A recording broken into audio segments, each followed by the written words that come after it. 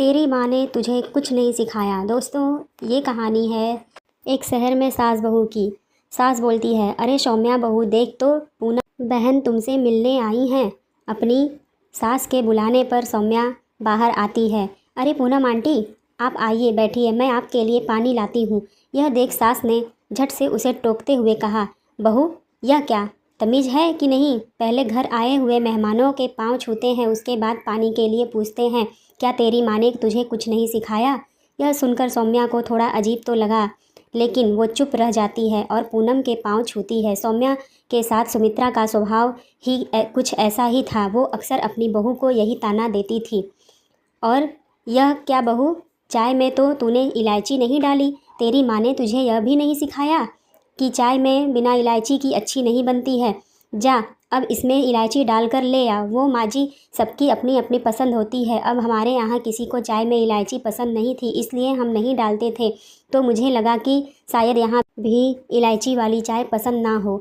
तू ना अपने दिमाग के घोड़े ना ज़्यादा चलाया कर। यह तेरा मायका नहीं ससुराल है। अब तुझे यहाँ की पसंद का ख्याल रखना चाहिए। खैर, मैं तुझे बताना भूल गई, 2 दिन बाद मैंने घर में कथा रखवाई है। पंडित जी को भी बोल दिया है। शाम को अर्जुन ऑफिस से आएगा तो उसके साथ जाकर सामान ले आऊँगी। और हाँ, हमारे यहाँ कथा के लिए कसार का प्रसाद नई बहू के हाथ से ही बनता है, तो तू बढ़िया सा प्रसाद बना लेना। तभी बहू बोलती है, जी माँ जी। शाम को अर्जुन घर आता है और उसके आते ही सुमित्रा अपने बेटे के साथ जाकर ज़रूरत का सामान ले आती है। 2 दिन बाद उनके घर में कथा थी। सौम्या सुबह जल्दी उठकर सारे घर की साफ़ सफाई करके गंगा जल छिड़क कर प्रसाद बनाने की तैयारी में लग जाती है। वो प्रसाद के लिए आटे को अच्छे से भून लेती है, जिसके बाद वो चीनी का बुरादा ढूंढती है, लेकिन वो उसे नहीं मिलता है। यह क्या, बुरादा तो माँ जी लाना शायद भूल गई। सामान में अब क्या करूँ? हाँ, चीनी डाल देती हूँ। अब वो प्रसाद में चीनी ही डाल देती है और पंडित जी के पास भोग लगाने को दे देती है। कुछ समय बाद जब सब मेहमान और पंडित जी चले जाते हैं तो सुमित्रा सौम्या पर भड़क जाती है।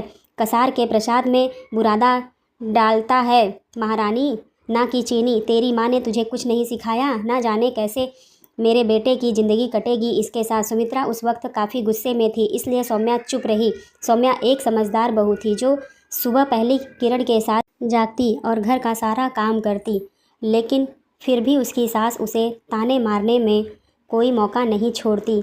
एक रोज़ सौम्या अपनी माँ से फ़ोन पर बात कर रही थी, मेरी बच्ची का मन लग रहा है या नहीं? तभी सौम्या बोलती है, माँ मन तो लग रहा है, लेकिन सारा दिन घर के काम करती हूँ, फिर भी माँ जी कोई ना कोई कमी निकाल ही देती हैं और हर बात पर एक ही बात बोलती हैं कि तेरी माँ ने तुझे कुछ नहीं सिखाया। तभी उसकी माँ बोलती है, कोई बात नहीं बेटा, बोलने दे, लेकिन तू अपने ससुराल की जिम्मेदारियाँ निभाने में पीछे मत रहियो। और वैसे भी नया नया घर है, थोड़ा समय तो लगेगा ना एडजस्ट करने में। कुछ दिन बाद सब ठीक हो जाएगा, देखना तेरा खुद ही मायके आने का मन नहीं करेगा। ऐसा कहकर उमा फ़ोन रख देती है और सौम्या को भी लगता है कि उसकी माँ सही कह रही है। ऐसा दिन बीतने लगा। एक रोज़ सुमित्रा की बेटी अपने दोनों बच्चों के साथ उनके घर आई। मेरी बच्ची कितनी कमज़ोर लग रही है। तेरी सास तुझे ठीक से खाना नहीं देती है क्या? कैसी बातें कर रही हो माँ तुम? जानती हो मेरी सास तो गाय हैं, गाय जो कि मेरे आगे उनकी बोलती नहीं निकलती। तभी ननद के बच्चे दोनों सोफे पर चढ़कर कूदने लगे। इतने में सौम्या की नज़र पहुंची और वह चाह कर भी कुछ नहीं बोली और बच्चे अभी भी सोफे पर कूद रहे थे, लेकिन सौम्या उनसे कुछ नहीं कहती है। अगर यह बच्चे ऐसे ही सोफे पे कूदते रहे तो सोफे का स्प्रिंग खराब हो जाएगा, लेकिन अगर अब मैं कुछ भी बोलूँगी तो माँ जी मुझे ही बातें सुना देंगी। इससे तो अच्छा है कि मैं चुप ही रहूं। सौम्या चुपचाप रह जाती है और जाकर खाना बनाने लगती है, लेकिन कुछ देर बाद उसकी सास वहां आती है। बहू, तुझमें कुछ अकल है या नहीं? वो बच्चे कब से सोफे पर कूद रहे थे, कहीं सोफा टूट फूट जाता तो उन्हें डांट नहीं सकती थी? तभी सौम्या बोलती है, लेकिन माँ जी मैं क्यों? तेरे मुँह में छेद नहीं है? किसी ने बंद कर दिया है क्या? सच में तेरी माँ ने तुझे कुछ नहीं सिखाया है कि बच्चे घर में कोहराम मचाएं तो उन्हें भी कुछ कहना होगा। कमाल है, कुछ न कहो तो भी बुरे हैं और कुछ कहो तो भी सुनना पड़ता है। अब कुछ दिन तक सौम्या की ननद उनके घर ही रहती है। सौम्या की ननद की शादी को 10 साल हो गए थे और उसके 2 बच्चे थे। वो दोनों बच्चे बड़े ही शरारती थे, लेकिन फिर भी सौम्या उन्हें कुछ नहीं कहती थी। एक दिन राजीव नहाकर कमरे से बाहर आता है तो गीला टॉवेल बेड पर रख देता है और यह उसकी रोज़ की आदत थी, जिसे रोज़ सौम्या ही उठाती। ओ गॉड, न जाने इनकी आदत कब जाएगी। रोज़ सौम्या ही उस टॉवेल को वहाँ से हटाती। इधर उसकी ननद कुछ दिन के लिए मायके आई थी, लेकिन वो कभी भी अपनी भाभी को की हेल्प नहीं करती। उसकी ननद की शादी को भले ही 10 साल हो गए थे, लेकिन आज तक उसे चाय बनाने तक नहीं आती थी, जिस कारण उसके पति को अपने घर में नौकरानी रखनी पड़ी। हाँ, लेकिन भले ही उसे कुछ नहीं आता था, लेकिन फिर भी वो दूसरों की कमियां निकालने में पीछे नहीं रहती थी। एक दिन, बाबू ये क्या है कि इतना तेल क्यों डाल दिया सब्जी में? इतना तेल खाकर मैं मोटी हो जाऊंगी। अरे बेटी, मैं कह रही हूँ ना, इसकी माँ ने इसे कुछ नहीं सिखाया। यह भी नहीं पता कि तेल कितना डालना है सब्जी में। माँ जी, रोज़ तो ठीक ही डालती हूँ, अब कभी कभार गलती से ज़्यादा डल गया तो क्या करूँ? हाँ, जुबान चलाना तो इसी से सीखो, कोई कैंची की तरह जुबान चलाती है, बाकी इसको किसी चीज़ की कोई परवाह नहीं है। यह सुनकर सौम्या चुप हो जाती है, वो किसी से कुछ नहीं कहती। ऐसे कुछ दिन बीत जाते हैं। एक रोज़ उसके दरवाजे पर भिखारी आया। बेटी, कुछ खाने को दे दे, तभी 2 दिन से भूखा हूँ, नहीं खाया हूँ, पेट में बड़ी ज़ोरों से भूख लगी है, मुझे कुछ खाने को दे दे।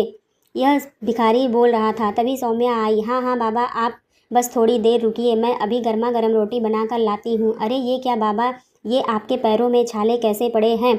आपने तो पैरों में चप्पल ही नहीं पहनी है। तभी वो बाबा बोलता है, जिसके पास खाने को कुछ ना हो, जेब में 1 रुपया तक ना हो, वो उसके पास भला चप्पल कहाँ से आएगा और वो चप्पल कहाँ से पहनेगा? अच्छा कोई बात नहीं, मेरे पास इनकी पुरानी चप्पल रखी हुई है, मैं वही दे दूँगी। कुछ देर बाद सौम्या 4 रोटी और सब्जी बनाकर उस बाबा को खाने को देती है, जिससे उसका पेट भर जाता है। साथ ही उसे अपनी पति की पुरानी चप्पल भी पहनने को देती है। यह लीजिए बाबा, इन्हें आप पहन लीजिए। लेकिन तभी उसकी सास और ननद, जो बाजार गए हुए थे, वहाँ से आते ही, अरे अरे ये क्या, हम जरा बाजार क्या चले गए, ये महारानी तो घर लुटाने पर ही आ गई है। तुझमें इतनी भी अकल नहीं है कि ऐसे ही एक एक चीज़ लुटाती रही ना तो एक दिन हम कंगाल हो जाएंगे। और बूंद बूंद जोड़कर ही घड़ा भरता है, क्या तेरी माँ ने इतना भी नहीं सिखाया? लेकिन अब बात बर्दाश्त से बाहर हो चुकी थी। हर बात पर अपनी माँ के लिए ताना सुनना आखिर सौम्या कब तक बर्दाश्त करती? और फिर इतने में उसके अंदर का जो ज्वालामुखी था वो फूट पड़ा। आपने बिल्कुल ठीक कहा माँ जी, मेरी माँ ने मुझे कुछ नहीं सिखाया कि जब कोई बड़ा बदतमीज़ी से बात करे तो आपको उससे कैसे बदतमीज़ी से बात करनी चाहिए, बल्कि वो तो यही सिखाती रही कि चाहे छोटा हो या बड़ा, आपको उससे हमेशा तमीज़ से ही बात करनी चाहिए। मेरी माँ ने मुझे यह भी नहीं सिखाया कि जब पति गीला टॉवेल बिस्तर पर रख दे तो उसे बार बार उठाने की बजाय पति के लिए ऐसा सबक सिखाएं कि वो दोबारा ऐसी गलती ना करे। और मेरी माँ ने मुझे यह भी नहीं सिखाया कि जब आपकी ननद घर आए तो उसकी शादी को भले ही 10 साल हो गए हों, लेकिन उसे 1 कप चाय उबालने नहीं आती, लेकिन दूसरों में कमियां निकालने ज़रूर आती है। लेकिन फिर भी उसे पलट कर कोई जवाब दे देना, यह भी मेरी माँ ने नहीं सिखाया कि तुम्हारी सास जो सारा दिन काम करने के बावजूद भी तुम्हें कितने भी ताने मार ले, लेकिन फिर भी तुम उसे कुछ भी नहीं कहना, बल्कि उनकी दिन रात सेवा करना और बजाय उन्हें पलट कर जवाब देना, यह भी नहीं सिखाया। वो बेचारी तो बस हमेशा यही सिखाती रही कि अपने ससुराल को संजोकर प्यार से रखना। यह सब सुनकर उसके पति, सास और ननद को अपनी गलती का एहसास हो गया और उस दिन के बाद वो सभी अपनी अपनी आदतें सुधार लेते हैं। साथ ही उसकी सास भी अब उसे कोई भी ताना नहीं मारती थी और अपनी बहू के साथ अच्छे से पेश आने लगी और पति भी अपनी आदत सुधार लिया और सभी परिवार मिलजुल कर रहने लगे हंसी खुशी। दोस्तों, इस कहानी से आपको क्या सीख मिलती है कमेंट में ज़रूर